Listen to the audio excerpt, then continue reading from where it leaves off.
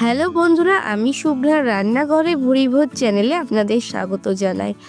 আজকে আমি মটরশুঁটি দিয়ে একটা অন্য রকমের রেসিপি শেয়ার করব, যেটা রুটি, পরোটা বা লুচির সাথে ভীষণ ভালো লাগে। চলুন তবে সম্পূর্ণ রেসিপিটা দেখে নেওয়া যাক।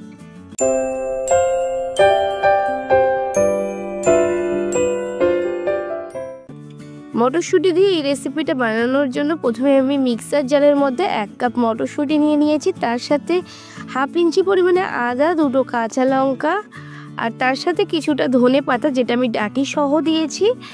এরপর সমস্ত কিছু দিয়ে একটা মিক্সিতে মিহি পেস্ট বানিয়ে নেব। মিক্সিতে পেস্টটা তৈরি হয়ে গেছে। এরপর এটাকে একটা অন্য পাত্রে তুলে নিচ্ছি।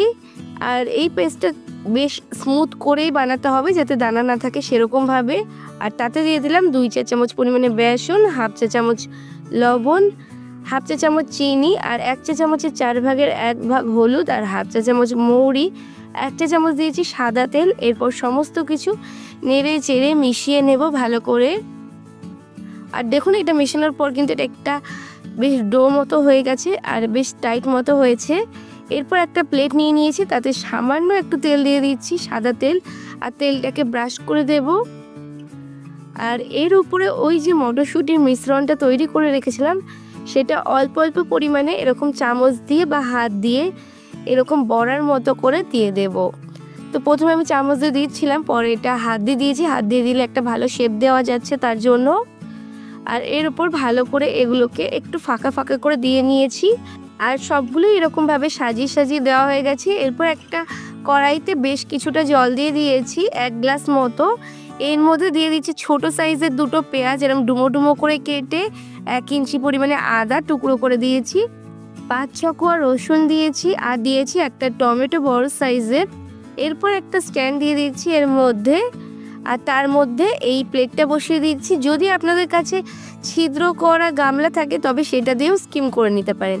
এরপর এটাকে স্কিম করে নেব। প্রথমে আমি হাই ফ্লেমে দিয়ে জলটা ফুটে উঠলে লো ফ্লেমে দিয়ে মোটামুটি 10 মিনিট মতো স্কিম করে নিয়েছি। তাতেই কিন্তু এই যে মটরশুঁটির ধোকা বা বড়া যেগুলো বলেন, সেগুলো কিন্তু শক্ত মতো হয়ে গেছে। এরপর যখন একটু ঠান্ডা হবে তখন এটাকে বার করে নিচ্ছি। আর স্ট্যান্ডটা সরিয়ে দিয়ে এই যে পেঁয়াজ, টমেটো এগুলো দিয়েছিলাম, এগুলোকে কিন্তু আমি জল ছেঁকে আলাদা করে নেব একটা পাত্রে। আর এদিকে মিক্সির জারটা নিয়ে নিয়েছি, সেই জারের মধ্যেই ওই যে পেঁয়াজ, টমেটো, রসুন আর আদাটা ছিল, সেটা মিক্সিতে ভালো করে একটা মিহি পেস্ট তৈরি করে নেব। তো পেস্ট আমার তৈরি করা হয়ে গেছে। এরপর গ্যাসে আবারও একটা কড়াই বসিয়ে দিয়েছি। কড়াইটা গরম হয়ে গেলে দিয়ে দিলাম 3 টেবিল চামচ পরিমাণে সর্ষের তেল। তেলটা খুব ভালোভাবে গরম হয়ে গেলে হাফ চা চামচ গোটা জিরে দিয়ে দিচ্ছি আর দিয়ে দিচ্ছি 1 চা চামচের 4 ভাগের 1 ভাগ হিং। হিং দিলে কিন্তু এই রান্নায় ভীষণ সুন্দর একটা গন্ধ বেরোয়, তাই অবশ্যই হিংটা দেবেন।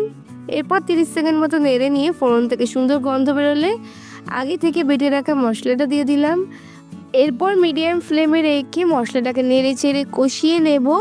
আর মশলা কষাতে কষাতে এর মধ্যে অ্যাড করে দেব কিছু গুঁড়ো মশলা।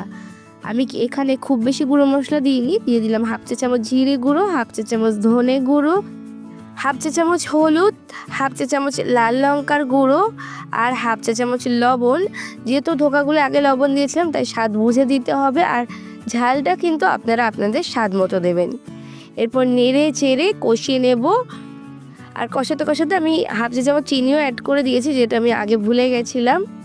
তো এরপর সমস্ত কিছু কষিয়ে নিচ্ছি 3-4 মিনিট মতো, যতক্ষণে মশলা থেকে সুন্দর করে তেল ছেড়ে আসে। তো 3 থেকে 4 মিনিট মিডিয়াম ফ্লেমে কষিয়ে নিয়েছি। আর দেখুন, কষাতে কষাতে মশলা থেকে কিন্তু তেলটা ছেড়ে দিয়েছে। এই পর্যায়ে অ্যাড করে দেবো 2 টেবিল চামচ মতো কাসুরি মেথি। আমি ড্রাই রোস্ট করে নিয়েছি আর এরকমভাবে হাত দিয়ে গুঁড়ো করে দেবো। আর কাসুরি মেথিটা দেওয়ার পর আবারও একটু নেড়ে চেড়ে মিশিয়ে নেব, যাতে মশলার সাথে খুব ভালো করে মিশে যায়। আর 1 মিনিট মতো নেড়ে চেড়ে মিশিয়ে নেওয়ার পর এর মধ্যে অ্যাড করে দেব 1 কাপ পরিমাণে জল। আমি যে জলে টমেটো, পেঁয়াজ, আদা, রসুন বয়েল করেছিলাম, সেই জলটা আমি আলাদা করে রেখেছিলাম, সেখান থেকে কিন্তু আমি জলটা দিয়েছি। এই জলটাতে অনেকটাই মশলার ফ্লেভার আছে তাই।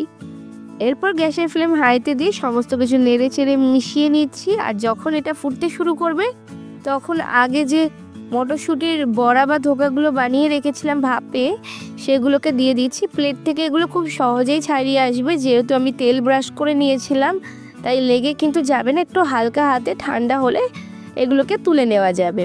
তো একটা একটা করে দিয়ে দিয়েছি, আর এরপর হালকা হাতে আবারও নেড়ে চেড়ে দিচ্ছি, আর লো ফ্লেমে রেখেই এগুলোকে নেড়ে চেড়ে মিশিয়ে নেব। আর খুবই হালকাতে নাড়তে হবে, এগুলো সফট আছে তাই ঢাকা চাপা দিয়ে 5 মিনিট মতো রান্না করে নেব। 5 মিনিট পর ঢাকনাটা খুলে নিচ্ছি, আর দেখুন তেলটা কিন্তু সুন্দর করে ভেসে উঠেছে। আবার একটু হালকা হাতে নেড়ে নিচ্ছি, আর একদম শেষে দিয়ে দেবো 1 চা চামচের 4 ভাগের 1 ভাগ গরম মশলা। আর তারপর নেড়ে চেড়ে মিশিয়ে নিয়ে গ্যাসের ফ্লেম অফ করে দিয়ে 5 থেকে 10 মিনিট মতো স্ট্যান্ডিং টাইম দিয়ে গরম গরম রুটি পরোটার সাথে সার্ভ করে দেবেন। আপনারা কিন্তু এটা ভাতের সাথেও খেয়ে দেখতে পারেন, তাতেও কিন্তু বেশ ভালো লাগে। তাহলে বন্ধুরা, আমার আজকের রেসিপিটা কেমন লাগলো অবশ্যই কমেন্টস করে জানাবেন। ভালো লাগলে লাইক শেয়ার করে অন্যদের দেখার সুযোগ করে দেবেন। আর যদি এখনও আমার চ্যানেলটাকে সাবস্ক্রাইব না করে থাকেন তাহলে তাড়াতাড়ি সাবস্ক্রাইব করে পাশে থাকা বেল আইকনে ক্লিক করে দেবেন, যাতে পরবর্তীকালে চ্যানেলে যখন নতুন কোনো রেসিপির ভিডিও আপলোড করব সবার আগে আপনাদের ফোনে নোটিফিকেশান পৌঁছে যায়। আজকে এ পর্যন্তই, আবার আসবো অন্য কোনো দিন অন্য কোনো রেসিপি নিয়ে। ততক্ষণ ভালো থাকবেন, সুস্থ থাকবেন।